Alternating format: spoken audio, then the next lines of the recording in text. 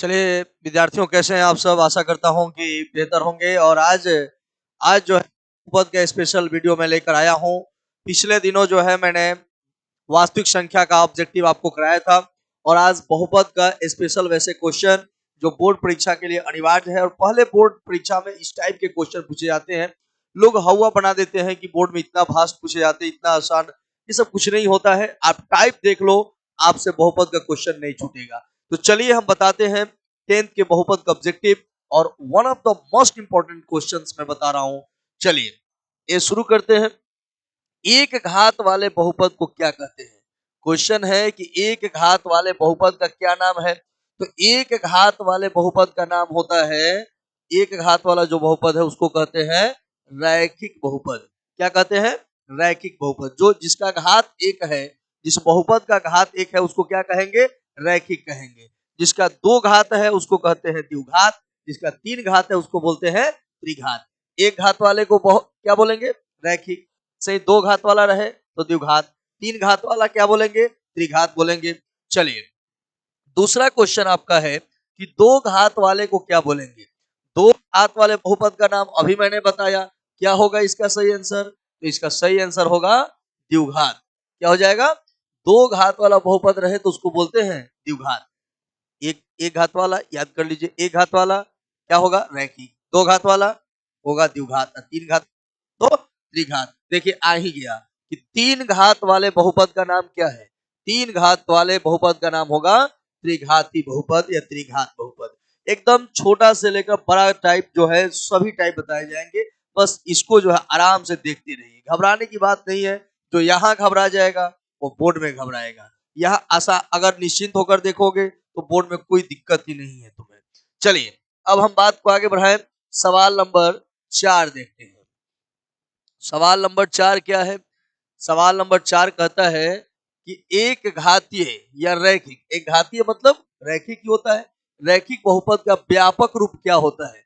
जो एक घात वाला है तो एक घात का हो जाएगा ax प्लस बी। ठीक है, जिसमें एक घात का व्यापक सूत्र क्या होता है? ax plus b. उसी तरह से इसमें सवाल है कि द्विघात बहुपद का व्यापक क्या होता है? ध्यान दीजिए, द्विघात का होता है px बराबर ax स्क्वायर bx प्लस सी। किसका होता है? द्विघात का होता है।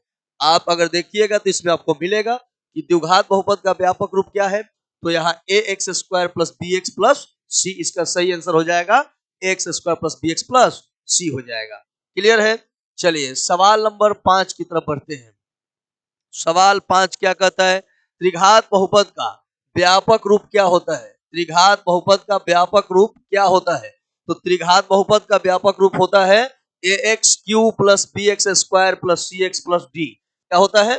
ax cube plus b x plus c x plus d होता है त्रिघात का। एकदम ध्यान से देखते चलिएगा, उसको एकदम रिमेंबर हो जाएगा। त्रिघात देखो पावर में क्या है? 3 है। फिर से देख लो, साइड में लिख देता हूं ax cube plus b x square plus c x plus d. किसका सूत्र हो जाएगा? तो त्रिघाती बहुपद का सूत्र हो जाएगा। कोई दिक्कत है? इसमें दिक्कत नहीं होगा। चलिए इसके बाद देखो, अब संख्या एकदम हर टाइप का क्वेश्चन आपको मिल जाएगा इसमें, छोटा से लेकर बड़ा तक का। एकदम ध्यान से देखना होगा, घबराने की जरूरत नहीं है। ठीक वैसे ही ध्यान से देखो भाई, जैसे तुम लोग आजकल देखो भोज उसमें जब बैठते हो तो एकदम पूरी आ जाता है, तो आलूदम के लिए कितना आराम से बैठते हो कि भाई हमें कहीं आलूदम छूट ना जाए। ठीक वैसे ही इसको देखो, नहीं तो कहीं छूट जाएगा तो फिर गड़बड़ हो जाएगा।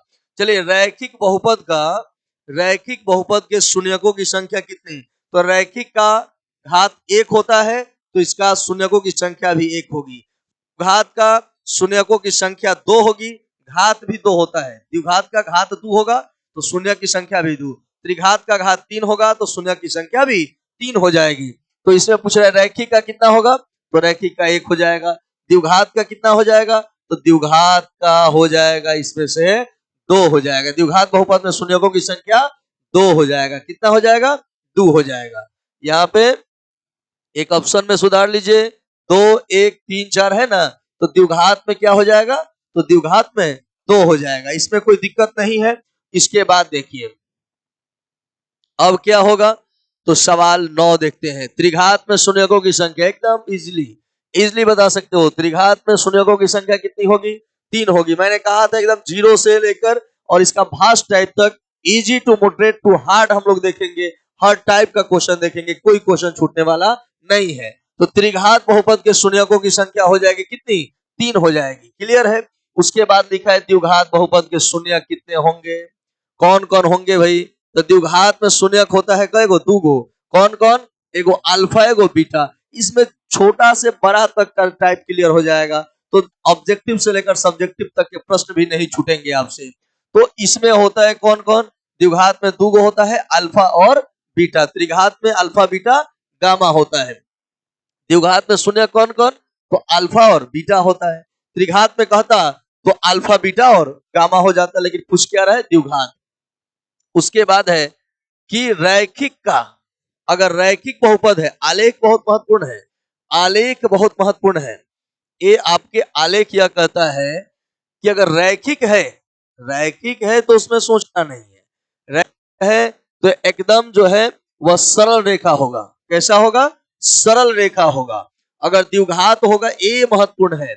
महत्वपूर्ण तो इसमें सब है, लेकिन ये सब देखना होगा, कोई ऑब्जेक्टिव आपसे छूटने ना पाए।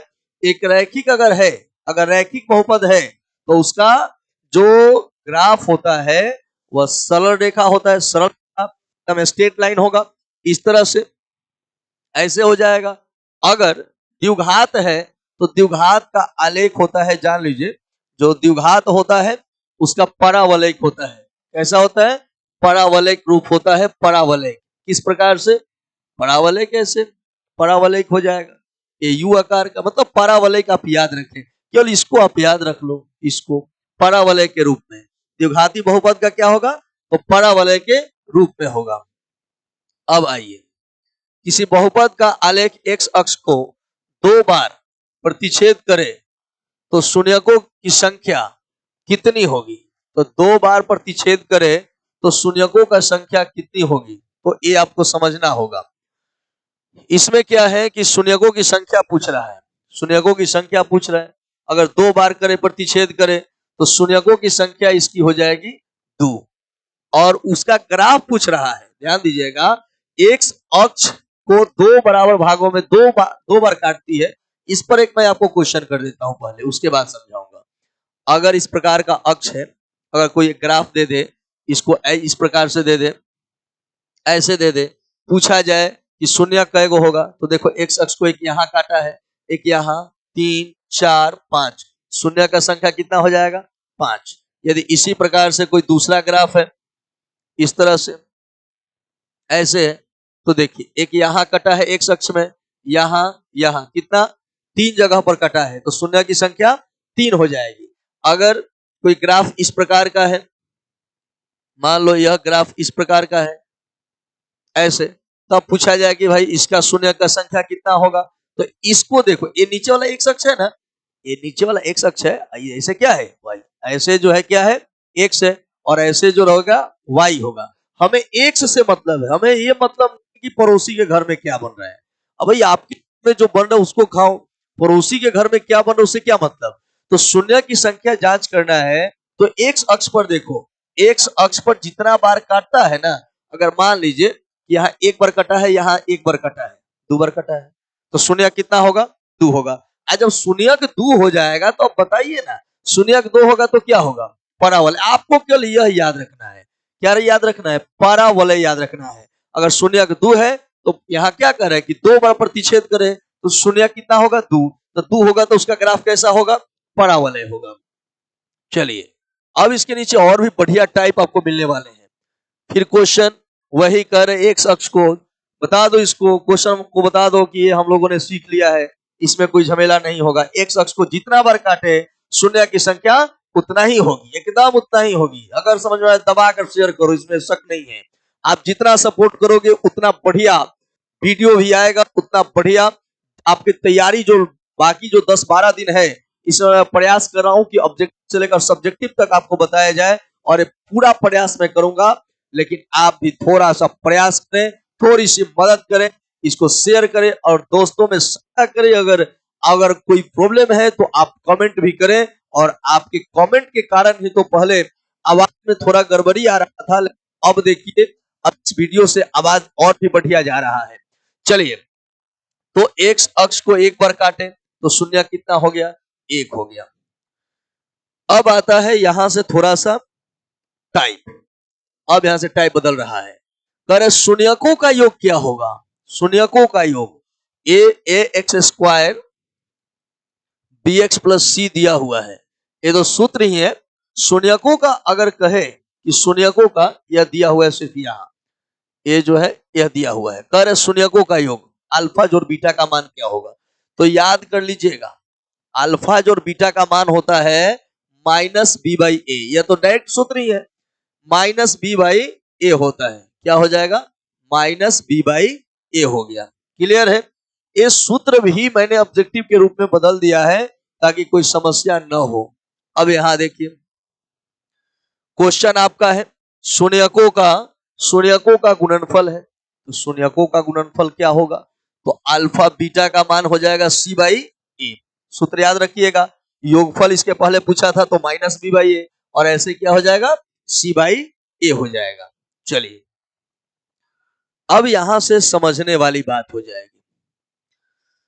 यहां सवाल दिया हुआ है पीएक्स कहो चाहे मत कहो कोई फर्क नहीं पड़ेगा, द्विघात बहुपद को सूचित करने के लिए पीएक्स बराबर क्वेश्चन है इतना, है ना, ठीक है। अब आप एक बात समझ लो, यहां जो एक्स स्क्वायर के जो बगल में होता है, एक्स स्क्वायर के बगल वाला होता है ए, जो एक्स के बगल में है वो होता है बी, और जिसमें एक्स नहीं लगा होता है वो होता है सी। तो पहले ए बी सी जानना पड़ेगा, शून्यकों का योग निकालना हो, गुणनफल निकालना हो, पहले ए बी सी आप जान लीजिए भाई। तो यहां एक्स स्क्वायर के बगल वाला क्या होगा, जोर से बोलो भाई, वहां वीडियो भी देख रहे हो तो जोर से बोल एक बार कि मुझे सुनाई दे दे। एक्स स्क्वायर के बगल में क्या, ए का मान, एक्स स्क्वायर के बगल में कुछ नहीं है, कुछ नहीं है, कुछ नहीं है तो कुछ ना कुछ तो जरूर है, कुछ नहीं है, जिसका कोई नहीं है उसका कौन है, भगवान है, अल्लाह है। तो यहाँ पे एक्स स्क्वायर और भगवान और अल्लाह एक है, इसलिए एक्स स्क्वायर के बगल में कुछ नहीं है तो क्या है, एक है, तो ए का मान 1 हो जाएगा। बी का मान तो एक्स के बगल में -2 है, और ऐसे सी का मान 3 है। कह रहा है योग ज्ञात करें, अल्फा जोड़ बीटा सूत्र होता है माइनस बी बाई ए, तो माइनस बी बाई ए तो माइनस और बी के जगह -2 और ए के जगह 1, मान कितना आ गया, 2 आ जाएगा। कितना हो जाएगा, 2। मैंने सूत्र लगा दिया, अल्फा जोड़ बीटा होता है minus b by a, minus और बी के मान -2 और ए का मान 1 है, तो ए आंसर हो गया माइनस माइनस प्लस, तो कितना, 2। सही आंसर क्या हो जाएगा, 2। ठीक है, ये तक कोई दिक्कत नहीं है, कोई दिक्कत नहीं होगा, आप परेशान मत होइए। मैथ है, मैथ है, मैं हूं तो फिर मैथ क्या करेगा, नहीं, कुछ नहीं चिंता करना है, बस थोड़ा सा संयम बरतिए, और बस ज्यादा समय नहीं, आप एक एक वीडियो देखिए, आपका एक एक दिन का प्रत्येक दिन जाएगा, आपका ऑब्जेक्टिव जाएगा, आप प्रत्येक दिन देखिए। मैं कहता हूं छूटना नहीं चाहिए, छूटेगा नहीं, कहां से पूछेगा, डट कर पढ़ाई कीजिए। चलिए अब जो है वक्त आ गया है, अब वही वक्त आ गया है कुछ कर दिखलाने का। जागो, आपने आपने जो कुछ भी किया है आप समझ लीजिए कि यह कुछ दिन का 10-12 दिन का जो समय है आपके लिए बहुत बेशकीमती होने वाला है, क्योंकि यह अगर इस समय मेहनत करोगे तो फिर तो 3 महीना आराम से आपका चलेगा। क्यों, क्योंकि रिजल्ट आने की जब चिंता होगी तो ज्यादा चिंता उसको ना होगी भाई जो लिखेगा नहीं, जो पढ़ेगा नहीं, जो बोर्ड में नहीं लिखेगा तो रिजल्ट नहीं होगा। तो आप तो पढ़ रहे हो, आप तो बढ़िया से पढ़ाई कर रहे हो, तो आप मेहनत करोगे तो फिर चिंता आपको नहीं होगा, मेहनत नहीं करोगे तो चिंता तो बढ़ेगा ही। चिंता उसी का बढ़ता है जिसमें गुण नहीं होता है, क्वालिटी नहीं होता है। आप तो धैर्य वाले हो, आप में तो अदम्य साहस है, आप चाहो तो कुछ भी कर सकते हो। चलिए मैं आशा करता हूं कि आप मेहनत कर रहे होंगे। अब चलिए गुणनफल ज्ञात करना है, तो मैंने कहा था एक्स स्क्वायर के बगल वाला क्या होता है, ए होता है, एक्स के बगल में क्या है -5, तो ये क्या होता है, बी होता है, और जो ऐसे है वह क्या है, सी है। ए बी सी जब मालूम चल गया आपको, तो अब देखिए ना शून्यकों का गुणनफल अल्फा बीटा, इसके पहले ही सूत्र था। तो कितना बढ़िया ऑब्जेक्टिव को सजाया गया है कि सूत्र है उसके बाद आपको क्वेश्चन बनाना है। सी बाई ए होता है, सी का मान 6 है, ए का मान 2 है, काट दीजिएगा तो कितना हो जाएगा, 3 हो जाएगा। कोई दिक्कत नहीं है इसमें। आइए 19 नंबर सवाल देखते हैं। 19 नंबर सवाल क्या कर रहे हैं, एक्स स्क्वायर -9 बराबर 0, तो यहाँ माइनस में 9 है, शून्य निकालना है मैंने एक्स का मान निकालना है। ये माइनस इधर जाएगा तो प्लस एक्स बराबर √9 माने प्लस माइनस 9 का वर्गमूल 3 हो जाएगा। 9 का वर्गमूल 3 हो जाएगा और 3 हो जाएगा तो प्लस में भी और माइनस में भी। तो इसमें तो एक को दिया है, तो एक को दिया है तो एक को आंसर होगा। और नहीं तो ऐसे दिया रहता -3 और 3 तो ये भी आंसर हो जाता। माने दोनों दिया है, +3 और -3 दोनों आंसर होगा। दोनों अगर रहे, एक ऑप्शन में दोनों रहे, आंसर हो जाएगा। लेकिन दोनों में से अगर एक भी रहे तो आंसर। क्लियर है? चलिए इसी टाइप का 20 नंबर सवाल देखिए। 20 नंबर सवाल क्या कहता है कि शून्यकों का गुणनफल ज्ञात करना होगा। शून्यकों का गुणनफल ज्ञात करना होगा। तो गुणनफल कैसे ज्ञात करें? तो आप जान लो एक्स स्क्वायर के बगल वाला क्या होता है? ये होता है। एक्स स्क्वायर के बगल में कुछ नहीं है तो एक है। बी एक्स के बगल वाला बी हो जाएगा, जिसमें एक्स नहीं लगा है वो सी हो जाएगा। और गुणनफल जब कहेगा, गुणनफल जब कह रहा है तो क्या निकालिएगा? c/a निकालिएगा, 2/1 हो जाएगा। आंसर क्या आ जाएगा? 2। सही आंसर क्या हो जाएगा? 2 हो जाएगा। कोई इसमें डाउट नहीं है। चलिए यह एक बढ़िया सवाल है। कोई कहे गुणनफल पर कुछ भी कहे, ए बी सी पहले क्लियर करो। एक्स स्क्वायर के बगल में जो है ए है, एक्स के बगल में जो है वह बी है और जो ऐसे है वो सी है। ए बी सी हो गया। सवाल का 1/अल्फा 1/बीटा। मैं एक सूत्र बता देता हूं, एकदम आसानी से बन जाएगा। -b/c सीधा लगाइएगा। अगर 1/अल्फा प्लस 1/बीटा रहे तो ज्यादा कैलकुलेशन नहीं करना है। ऑब्जेक्टिव में जितना कम कैलकुलेशन करोगे उतना ही तुम्हें फायदा होगा। तो 1/अल्फा प्लस 1/बीटा निकालना है, सूत्र लगाइएगा -b/c। तो -b का मान कितना है? तो पहले तो माइनस लगाओ भाई बी के पहले। -b के जगह -3 है और c के जगह 2 है। कैलकुलेशन करोगे हो जाएगा 3/2। सही आंसर हो गया 3/2 हो जाएगा। ये आपका 21 नंबर सवाल रहा। इसके बाद देखिए 22 नंबर सवाल, अल्फा जोड़ बीटा जोड़ गामा। मैंने कहा था त्रिघात होगा तो शून्य कै गो होगा? 3 गो होगा। तो अल्फा जोड़ बीटा जोड़ गामा का मान सीधा होता है, सूत्र होता है, सूत्र है, इसमें कुछ नहीं करना है। -b/a होता है। और इस पर सवाल भी बनेगा, इसी आधार पर सवाल भी बना सकते हो रखकर मान -b/a हो गया। फिर क्या करें? फिर 23 नंबर सवाल कर रहे हैं कि alpha beta beta gamma gamma alpha मान क्या होता है? तो ये मान हो जाएगा c/a। कितना हो जाएगा? c/a हो जाएगा। Alpha beta plus beta gamma gamma alpha c/a हो जाएगा। अब चलिए अगर ऐसे रहता अल्फा बीटा गामा तो हो जाता -d/a। ठीक है, तो तीनों सूत्र हो गया। एक अल्फा जोड़ बीटा जोड़ गामा का मान -b। Alpha beta beta gamma gamma alpha अगर पूछे तो सूत्र हो जाता है c/a। और अल्फा बीटा गामा पूछे तो -d/a। इसमें कोई दिक्कत नहीं है। और देखते हैं सवाल नंबर 24। सवाल नंबर 24 क्या कर रहे हैं? पहले इसको देख लो। अल्फा बीटा गामा पूछ रहे हैं, देख लो पूछ रहा है ना, वही मैं बताया था। अल्फा बीटा गामा पूछ रहा है तो क्या हो जाएगा? तो -d/a।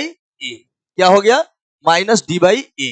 और एक क्वेश्चन यहां पर है, x² + 3x²। तो लाइने से x² के बगल वाला a होगा, x² के बगल वाला b होगा यहाँ, और x के बगल वाला c होगा, और जो बच गया वो d होगा। ये सब मान मालूम है। तो अल्फा जोड़ बीटा जोड़ गामा का मान निकालना है। इसका सूत्र होता है -b/a। तो माइनस और b के जगह कितना? 3 और a का मान 1। तो ये आंसर हो गया -3। सही आंसर क्या हो जाएगा?